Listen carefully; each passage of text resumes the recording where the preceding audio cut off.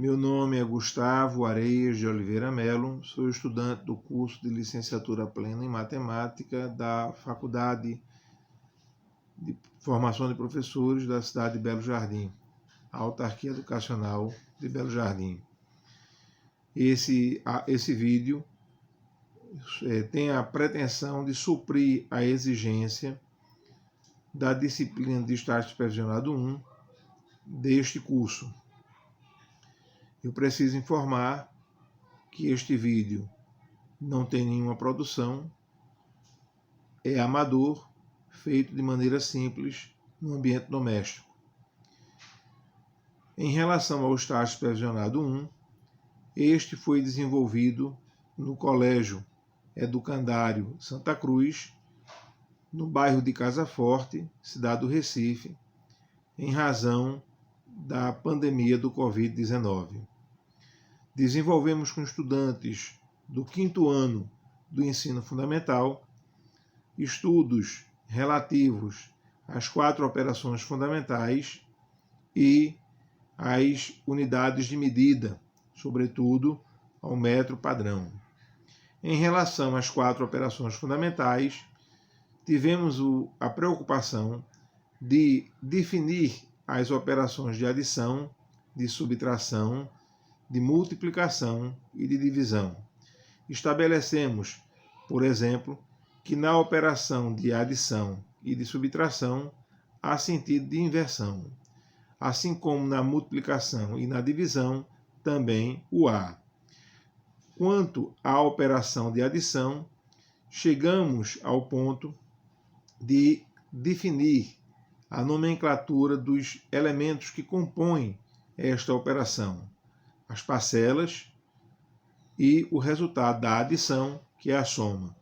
Tivemos o cuidado permanente de diferenciar a operação de adição do resultado, que é a soma, inclusive existindo um vício permanente e que a gente procura esclarecer que soma é resultado e não operação. A operação é de adição. Quanto à sua operação inversa, a de subtração, os seus elementos, minuendo, subtraindo e diferença, são os que a compõem. Quando nós abordamos a operação de multiplicação, os elementos que a compõem são os fatores e o resultado desta, que é o produto.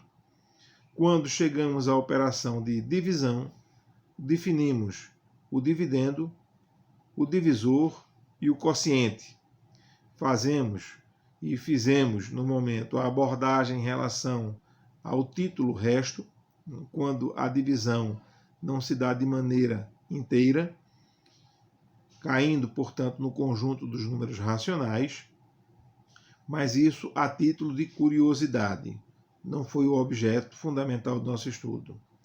Quanto à questão da unidade de medida padrão, nós colocamos como desafio para os estudantes em casa, com seus pais e irmãos ou entes, para que estes desenvolvessem a atividade laboratorial de medida, cada qual usando suas mãos. Então, os estudantes e os pais, as mães, faziam em casa medição com palmos de objetos, por exemplo, sofá, geladeira, mesa, cadeira, tapete.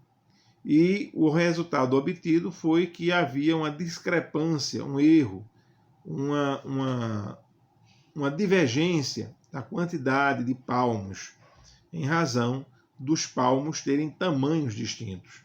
Então, a partir desta observação feita pelos estudantes, foi definido que era preciso uma unidade, um tamanho padrão, para que todos fizessem a medição com aquele tamanho padrão. Então, aquele comprimento padrão, aquela vara de medir padrão. Chamamos essa vara de qualquer coisa, né? E aí definimos, e eles fizeram essas medições, tanto os pais como os demais entes da família, e chegaram à observação de que a partir daquele padrão as medidas eram as mesmas. A quantidade daquela unidade era a mesma para os objetos medidos. chegamos aí à dedução do chamado metro padrão como necessário de maneira universal. Assim, concluímos em meados de março as atividades de estágio supervisionado na escola, completando as 80 horas de estágio exigidos.